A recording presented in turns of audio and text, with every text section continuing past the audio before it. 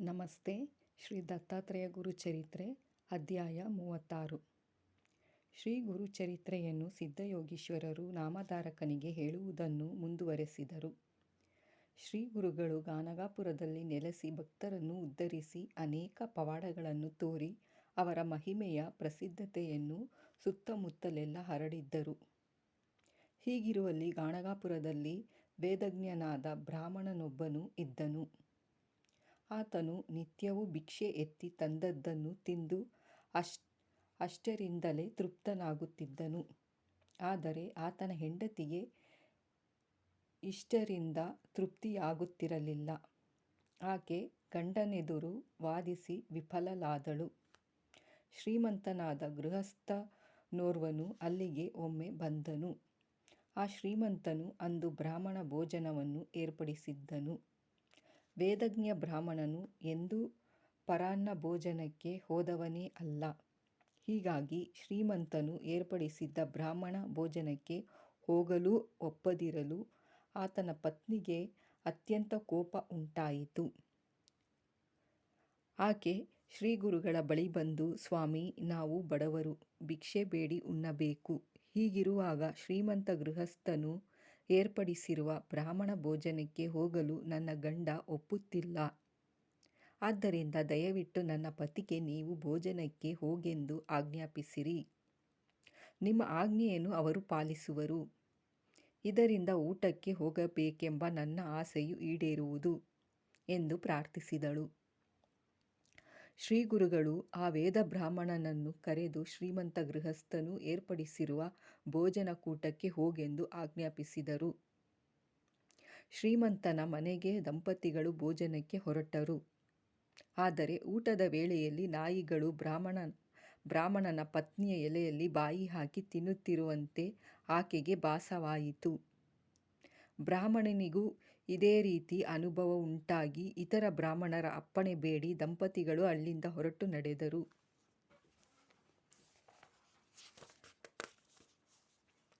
ಶ್ರೀ ಗುರುಗಳ ಬಳಿಗೆ ಅವರಿಬ್ಬರು ಬಂದಾಗ, ತಾಯಿ, ನಿನ್ನ ಆಸೆ ಈಡೇರಿತೇ? ಹೇಗಿದೆ ಪರಾನ್ನ ಸುಖ ಎಂದು ಕೇಳಿದರು. ಬ್ರಾಹ್ಮಣನ ಪತ್ನಿಗೆ ಪಶ್ಚಾತ್ತಾಪವಾಗಿ, ಅನಗತ್ಯವಾಗಿ ನನ್ನ ಪತಿಯನ್ನು ಪರಾನ್ನ ಭೋಜನಕ್ಕಾಗಿ ಬಲಾತ್ಕಾರಿಸಿದೆನಲ್ಲ ಎಂದು ದುಃಖಿಸಿದಳು. ಗುರುಗಳು ಸುಗ್ರಾಸ ಭೋಜನಕ್ಕೆ ಆಸೆ ಪಡುತ್ತಿದ್ದ ಪತ್ನಿಯ ಆಸೆಯನ್ನು ಪೂರೈಸಿದೆ. ಇದರಲ್ಲಿ ನಿನ್ನದೇನೂ ದೋಷವಿಲ್ಲ ಎಂದರು. ಬ್ರಾಹ್ಮಣನು, ಗುರುವರ್ಯ, ಭೋಜನವನ್ನು ಸ್ವೀಕರಿಸುವಲ್ಲಿ ವಿಧಿ ನಿಷೇಧಗಳನ್ನು ತಿಳಿಸಿರಿ ಎಂದನು. ಶ್ರೀಗಳು ಗುರುವಿನ ಮನೆ, ದೇವಾಲಯ, ವೈದಿಕರ ಮನೆ, ಸೋದರ ಮಾವ, ಹೆಣ್ಣು ಕೊಟ್ಟ ಮಾವ, ಸಜ್ಜನರ ಮನೆ, ಇಲ್ಲಿ ಭೋಜನ ಮಾಡಿದರೆ ತಪ್ಪಿಲ್ಲ. ಆದರೆ ಧನಲೋಭ, ಕುಲಗೇಡಿತನ, ಸ್ವಪ್ರಶಂಸೆ, ತಂದೆ ತಾಯಿಗಳ ದೂಷಣೆ ಇಂತಹ ವರ್ತನೆಯುಳ್ಳ ಮನೆಗಳಲ್ಲಿ ಭೋಜನವನ್ನು ಸ್ವೀಕರಿಸಬಾರದು. ಸ್ನಾನ ಮಾಡದೆ ಊಟ ಮಾಡುವಲ್ಲಿ ಎಂದಿಗೂ ಊಟ ಮಾಡಬಾರದು ಎಂಬ ಪರಾಶರ ಸ್ಮೃತಿ ವಾಕ್ಯವನ್ನು ಹೇಳಿದರು. ಪ್ರತಿಯೊಬ್ಬರೂ ಬ್ರಾಹ್ಮಿ ಮುಹೂರ್ತದಲ್ಲಿ ಎದ್ದು ಗುರುಗಳು, ತ್ರಿಮೂರ್ತಿಗಳು, ಭಕ್ತರು, ನವಗ್ರಹಗಳು, ಸಪ್ತರ್ಷಿಗಳು ಇವರನ್ನು ಸ್ಮರಿಸಬೇಕು. ಇದಾದ ನಂತರ ಶೌಚಕರ್ಮಗಳನ್ನು ಮುಗಿಸಿ ಕೈಕಾಲು ಮುಖಗಳನ್ನು ತೊಳೆದು ಸ್ನಾನ ಮಾಡಬೇಕು. ಅಭ್ಯಂಜನ ಸ್ನಾನ ಮಾಡುವಾಗ ಕೆಲವು ನಿಯಮಗಳನ್ನು ಪಾಲಿಸಬೇಕು. ಭಾನುವಾರ ಹಾಗೂ ಮಂಗಳವಾರಗಳಂದು ಅಭ್ಯಂಜನ ಸ್ನಾನ ಮಾಡಿದರೆ ಆರೋಗ್ಯ ಹಾನಿಯುಂಟಾಗುತ್ತದೆ. ಸೋಮ, ಗುರು, ಶುಕ್ರವಾರಗಳಂದು ಅಭ್ಯಂಜನ ಮಾಡಿದರೆ ದ್ರವ್ಯನಾಶ ಹಾಗೂ ಪುತ್ರನಾಶಗಳುಂಟಾಗುತ್ತವೆ. ಬುಧವಾರ ಲಕ್ಷ್ಮೀ ಪ್ರಾಪ್ತಿ, ಶನಿವಾರ ಐಶ್ವರ್ಯ ಲಾಭಗಳು ಅಭ್ಯಂಜನದಿಂದ ಲಭ್ಯವಾಗುತ್ತದೆ. ಸ್ನಾನವಾಗಲಿ ಅಭ್ಯಂಜನವಾಗಲಿ ಪೂರ್ವಾಭಿಮುಖವಾಗಿ ಕುಳಿತೇ ಮಾಡಬೇಕು. ಗೃಹಸ್ಥರಾದವರು ಒಂದೇ ವಸ್ತ್ರವನ್ನಾಗಲಿ, ಕೆಂಪು ವಸ್ತ್ರವನ್ನಾಗಲಿ, ಹರಿದ ವಸ್ತ್ರವನ್ನಾಗಲಿ ಧರಿಸಬಾರದು. ಸನ್ಯಾಸಿಗಳು ಕಷಾಯ ವಸ್ತ್ರವನ್ನೇ ಧರಿಸಬೇಕು. ವಸ್ತ್ರಧಾರಣೆಯ ನಂತರ ತಮ್ಮ ಸಂಪ್ರದಾಯದಂತೆ ವಿಭೂತಿ ಅಥವಾ ಗೋಪಿ ಚಂದನವನ್ನು ಹಚ್ಚಿಕೊಳ್ಳಬೇಕು. ಇದು ದೊರೆಯದಿದ್ದರೆ ನದಿ ಮೃತ್ತಿಕೆ ಅಥವಾ ತುಳಸಿ ಮೃತ್ತಿಕೆಯನ್ನಾದರೂ ಹಚ್ಚಿಕೊಳ್ಳಬೇಕು. ಭಸ್ಮಧಾರಣೆ ಮಾಡುವವರು ಮೊರದ ಆಕಾರದಲ್ಲಿ ಭಸ್ಮವನ್ನು ಧರಿಸಬೇಕು. ವೈಷ್ಣವ ಸಂಪ್ರದಾಯದವರು ಕೇಶವಾದಿ ದ್ವಾದಶನಾಮಗಳನ್ನು ಉಚ್ಚರಿಸುತ್ತಾ ದ್ವಾದಶನಾಮಗಳನ್ನು ಧರಿಸಬೇಕು. ಶ್ರೀಗಳು ಪ್ರಾತಃ ಸಂಧ್ಯಾ ಕ್ರಮಗಳನ್ನು ಬ್ರಾಹ್ಮಣರಿಗೆ ಹೇಳಿದರು. ಸಂಧ್ಯಾ ವಂದನೆಯನ್ನು ಇನ್ನೂ ನಕ್ಷತ್ರಗಳಿರುವಾಗಲೇ ಪ್ರಾರಂಭಿಸಿ ಸೂರ್ಯೋದಯದ ಹೊತ್ತಿಗೆ ಅರ್ಘ್ಯವನ್ನು ಕೊಡಬೇಕು.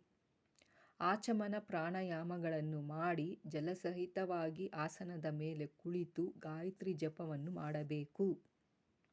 ಅಂಗನ್ಯಾಸ ಕರನ್ಯಾಸಗಳನ್ನು ಗುರುಪದೇಶದಂತೆ ಮಾಡಿ ಸಂಧ್ಯಾ ವಂದನೆಯನ್ನು ಭಗವಂತನಿಗೆ ಸಮರ್ಪಿಸಬೇಕು.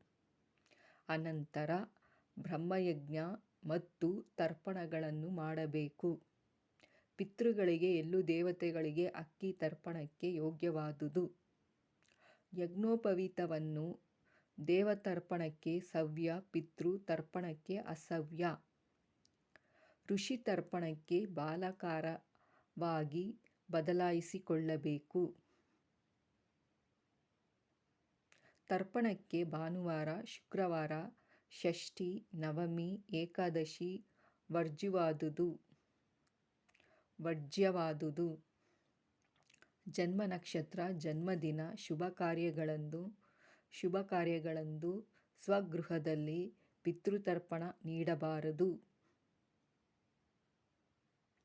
ಜನ್ಮ ನಕ್ಷತ್ರ, ಜನ್ಮದಿನ, ಶುಭ ಕಾರ್ಯಗಳಂದು ಸ್ವಗೃಹದಲ್ಲಿ ಪಿತೃತರ್ಪಣ ನೀಡಬಾರದು. ದಕ್ಷಿಣೆ ಹಾಗೂ ಎಳ್ಳಿಲ್ಲದ ಶ್ರಾದ್ದ ವ್ಯರ್ಥವಾಗುತ್ತದೆ. ಯಜ್ಞೋಪವೀತವನ್ನು ಸವ್ಯವಾಗಿ ಧರಿಸಿ ಯಮಧರ್ಮನ 13 ನಾಮಗಳನ್ನು ಉಚ್ಚರಿಸಿ ಪ್ರತ್ಯೇಕವಾಗಿ ಒಂದೊಂದು ನಾಮಕ್ಕೆ 3ರಂತೆ ತರ್ಪಣ ನೀಡಬೇಕು.